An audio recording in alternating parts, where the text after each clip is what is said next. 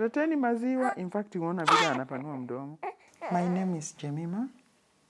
I come from Western. I'm a single mother of many, but I can touch on 2 whom I gave birth at 52 recently. In fact, twins. So I'm a blessed mother. When God blesses you, He blesses you double, especially if you've been patient in your life. I had just given up because, of course, with the women, they talk about you get at 40, that you go, that's menopause, you can do nothing, nothing can come out of you. So I had gotten worried that nothing can come out of me, and I had given up. Because reaching at 52, nothing. I could think nothing beyond. Sometimes I could feel frustrated when I'm staying with the friends and they talk, especially chamas, when they talk about their children, their husband, and I don't have even one. So I could get frustrated. So such groups I could not join at all. Of course, I was born in a family that was poor. So I really focused on learning, getting education. At least I get where other people have gotten to. Then getting myself married when time comes. But after getting a job so that I could help my parents who are poor. So I think, I don't know if I wasted a lot of time because I had to do all that. I just promised myself I have to do all that so that I get married. Now, when I get married, when my siblings are settled, I'll be okay. That's what was in my mind. And I was thinking, looking forward, that when my time comes, just a wedding straight away, I get to my house, do what? But I was really patient with myself. Of course, being brought up in a poor family, missing so many things, even the education itself, getting it was hard. So I could really hold on. Whatever could come up, maybe my daddy was not able to educate all of us at once. So whatever he could get for us, I could really feel this education, I should do something. I did my Form 4 and went to NYS, whereby the journey was also tough, but I had nowhere to run to. After that, in fact, NYS was good. Just finishing and you've gone through, you are to be posted. So I was posted at Ministry of Finance. So Ministry of Finance, in fact, the salary was really low. That was 1,300. So that was my starting salary at Ministry of Finance. There was no way I could just, because I could think of now, the little money I've gotten, I have to take some home for my mother. And then just after 2 years, they died. So I had to take over the ones who were behind me, and we started staying together. So it was not only them, some relatives could also come in. But we could just square out whatever we have, and then we eat, we survive. In Nairobi, we were staying at Mudhurwa there, where at least things were cheap. I look at the money and say, hey, ni kidogo, hii italipa fisi ya nani, hii ilipe ya nani, na mimi nijilipie yangu. I could think of such things only. So until my siblings are now, they got out. At least when they had gotten now education, because I took them from home after Form 4s, then we started staying together. So I took them to colleges. With that little money, I could, of course, the first thing I could do when I get a college, I go to the principal and talk to him, tell him I'm an orphan, so you have just to help me, never chase this one away. So I'm sure I'll pay. Then they could understand. So that's how they could get their trainings. So at that time, I could not think of anything to distract me, because I could think of, even if I get married, that husband we might not rhyme, because he will say that I have not married the whole family. because your problems are just so many. So I could avoid that and say, now let me do ABCD first. I'll think of getting married later. So nothing like getting married or getting a child was in my mind at that time. Of course, my friends whom we are learning with, you could say, oh, she got married. See you where? She's back. She got married where? She's back. And then she's back when she has some scars. She may be beaten, maybe what. And then I could say, now, what's good there? So I could have a negative mind about that, about marriage or about a child. I never dated. That could really, I do what? When I could think of that, I could see a child, a woman being dumped. I could just see this man going to destroy my life from what I had seen. Of course, experiencing from my sisters and experiencing from friends, I could count myself that I'm not an angel. I'm not an angel. Maybe at this one will just bypass me. I'm going to face the same, which I don't want. At age 30, I was working, but so many problems. Because my siblings, I could think of them, my parents were poor. So I could just think of getting something to satisfy them. I think at 40, I could think of something that not positive, kabisa. You see, you think of that and then you regret again saying, no. I had aunties wale wanaangalia wanasema, huyu, this one, age inapita. They could try to get me some men, and of course they could not come direct, but maybe through visiting. You visit and then you get, she's busy doing other things and she's leaving you with the men there. Then you could wonder what, nataka nini. Then when you sense the way they are talking, then you could just walk. I could just walk out. Namwambia mimi naenda. Si ukae kidogo. Of course, now unaona these people, they also want to come out because they had come to see you and you are also leaving.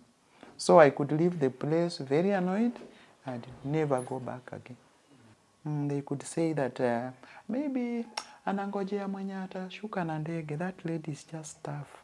That lady is just tough. They could just talk and whisper until even they feared me because they had tried, but I was not giving in. Oh, of course, after looking at what I had done, now educating my siblings, they've now gotten even jobs. Now I felt now I could get married. But people who could come before me were married people. Now that one could get me fear. But you see, the people who could chase me around, want what and what, they had already gotten married. So I started saying now, if I can just get a child and stay, I'll stay. Because, of course, I had negative thoughts about men. I had negative thoughts, na ikaendelea hivyo. Now I was just looking for, if I get a child, I just go away. I sneak that. I even close the relationship and just stay, because how will I stay? Because after my siblings have gone away, they have settled. Okay, other children that I'm calling my children and they are not, of course they will go away. How will I remain all alone? This is when I can see that. But that time, I could not think of social life, going to relax where, just go and feel good where. I never had such a time. But now is when I'm thinking of it. Kumbe, I could do this, I could do this.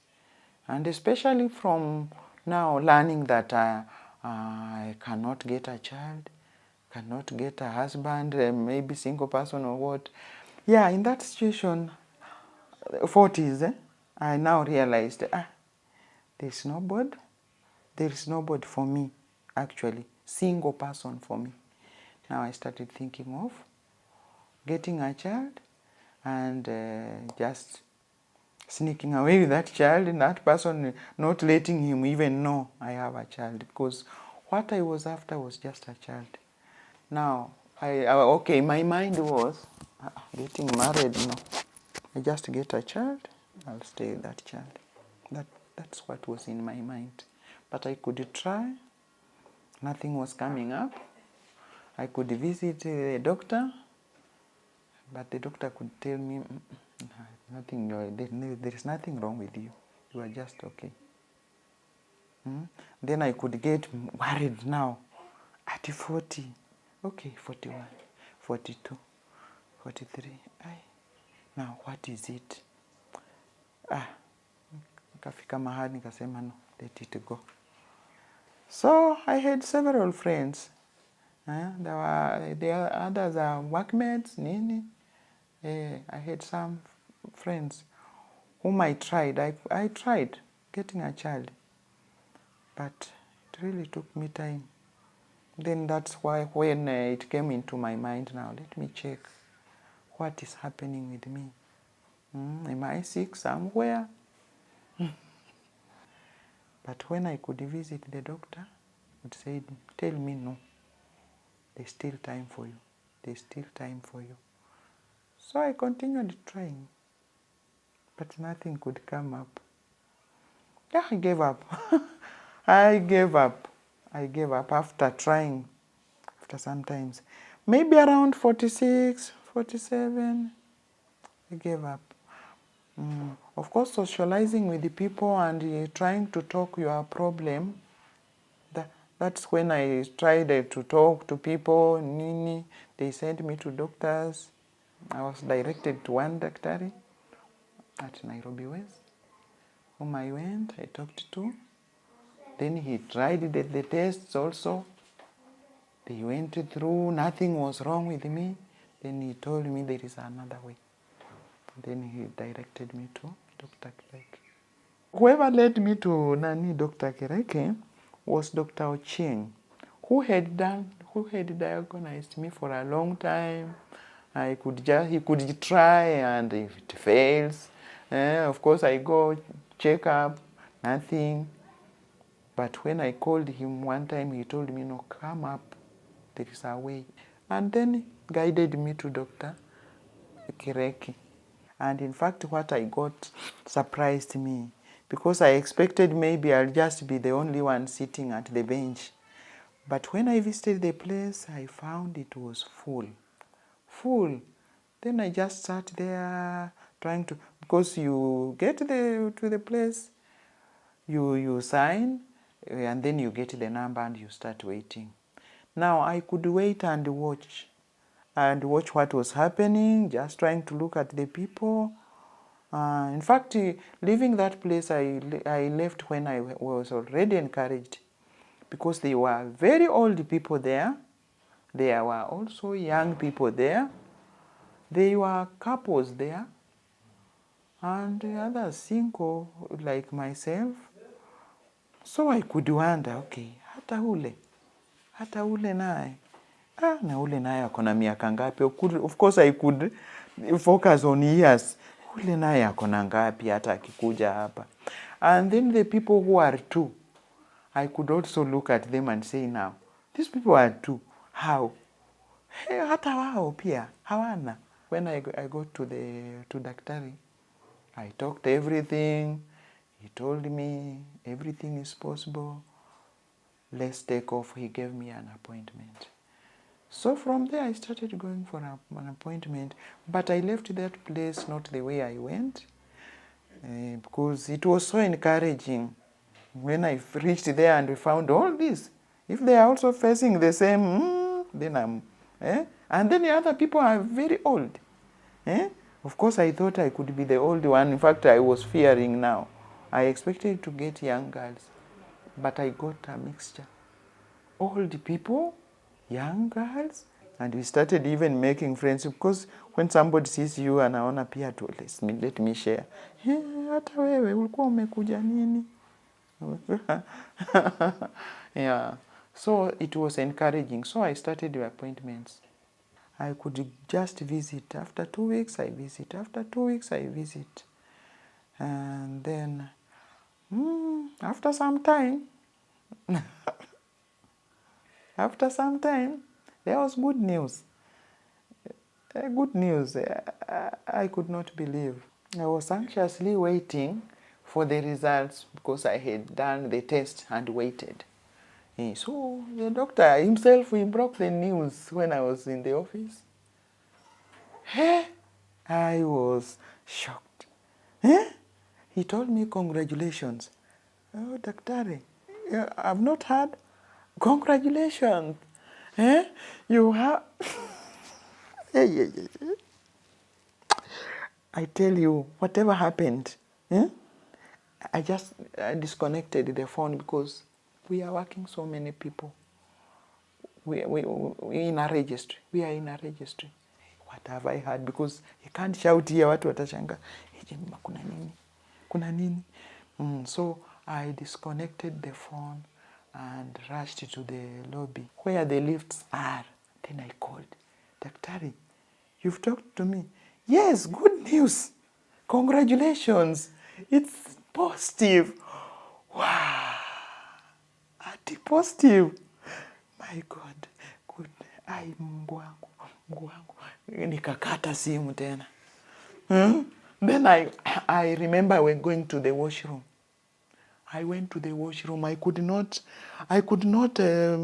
fear what even from the ground. I just knelt in the latrines, just washrooms there. I could not even bother about the whatever uchafu.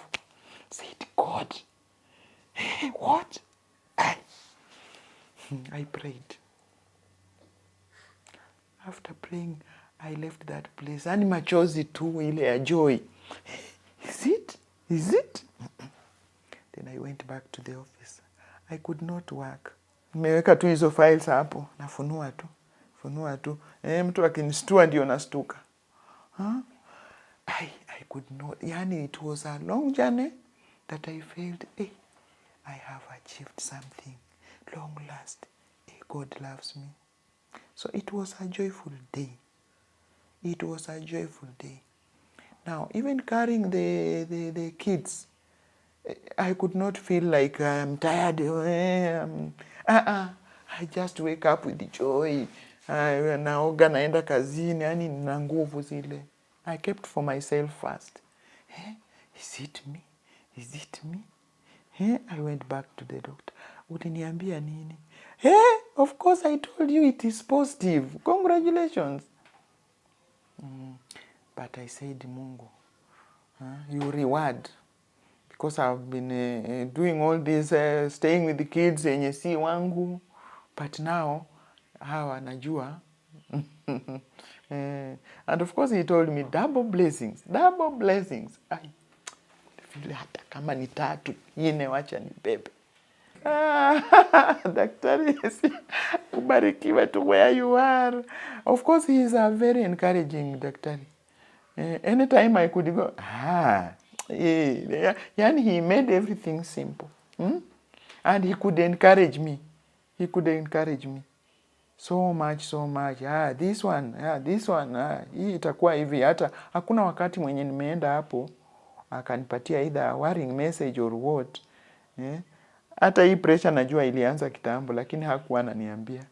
Of course, alikuwa anafikiri anafunika tu, yani asiniambie kitu yenye kuni either. So he was really caring.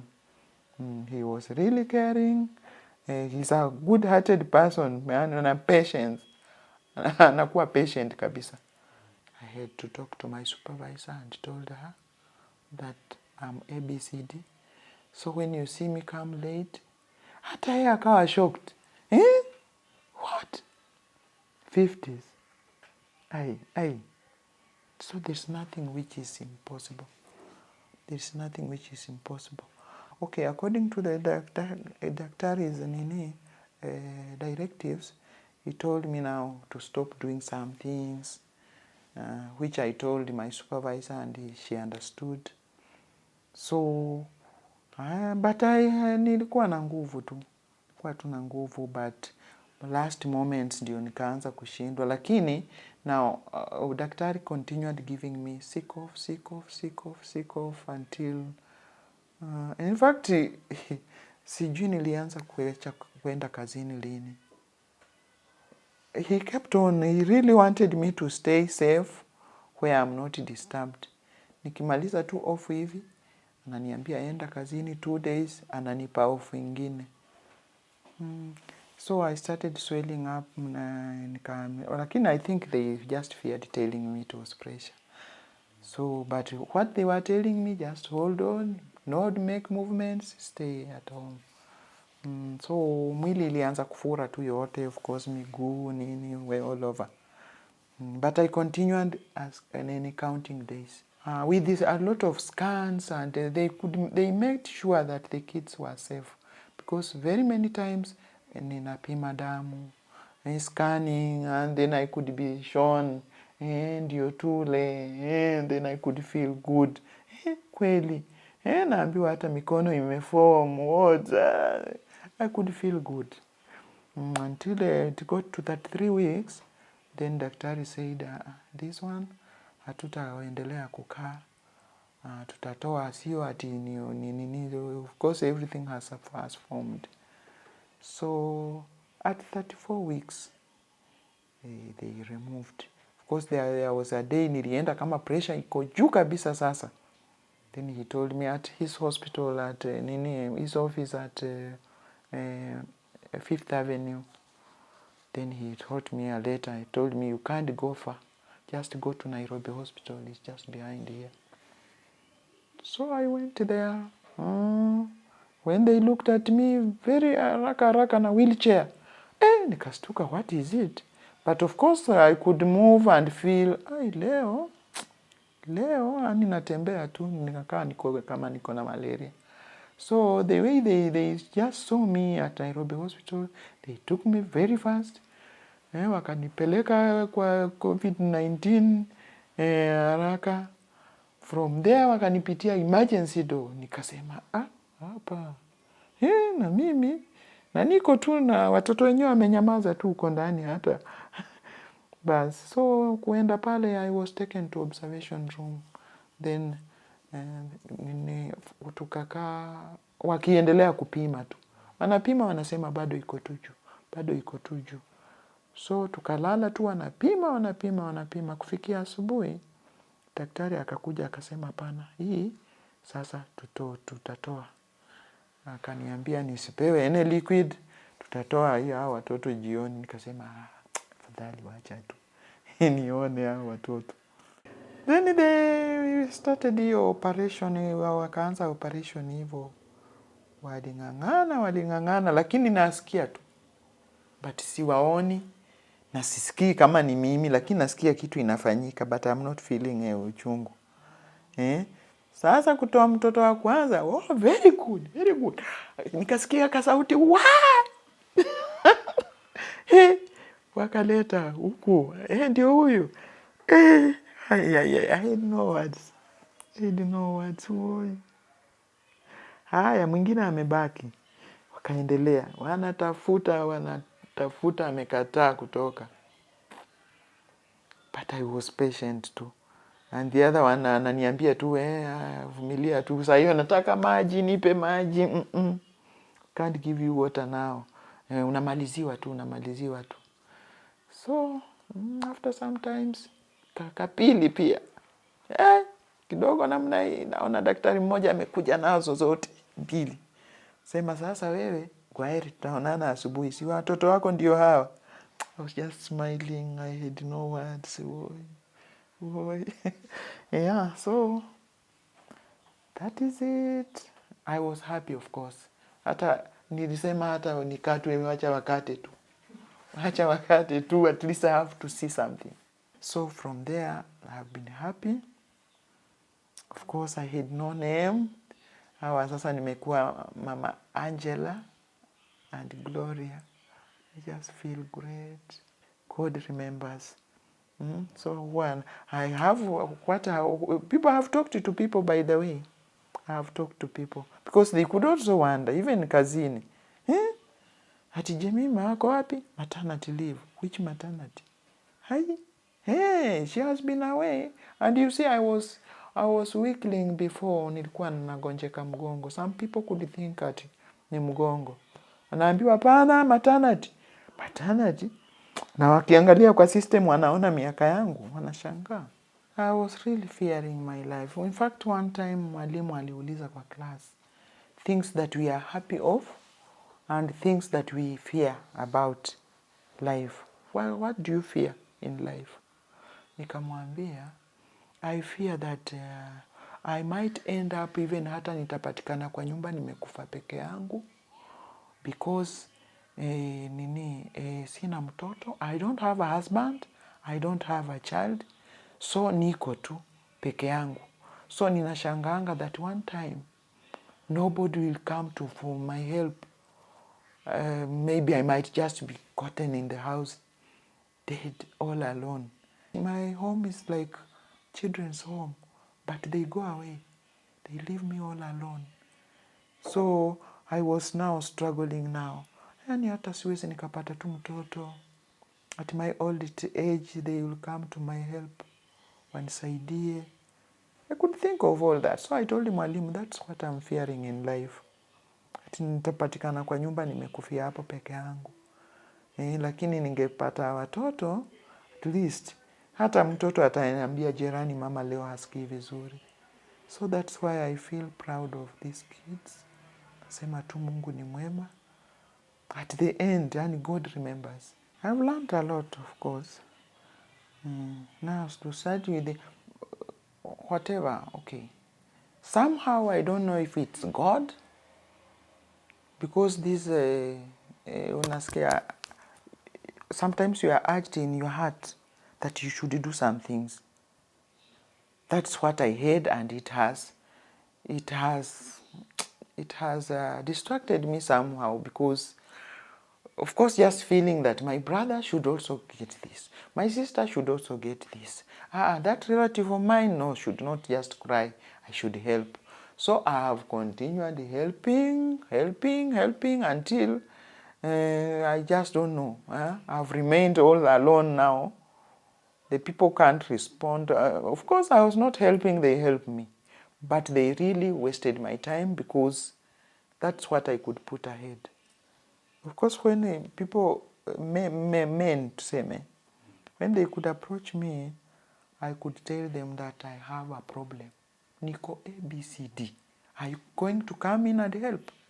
Of course, lazima tutawasaidia kwanza.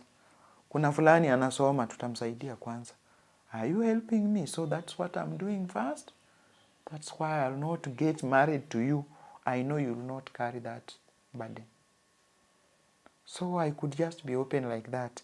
So I never knew that people will come to. In fact, what I have done, they are on their own now, doing their own things. They are not helping me at all. At all. But you can't suffer when I'm looking at you like this. I better put myself away nikusaidie kwanza. Sitakula nikose kujua na my brother amekula nini. My sister amekula nini.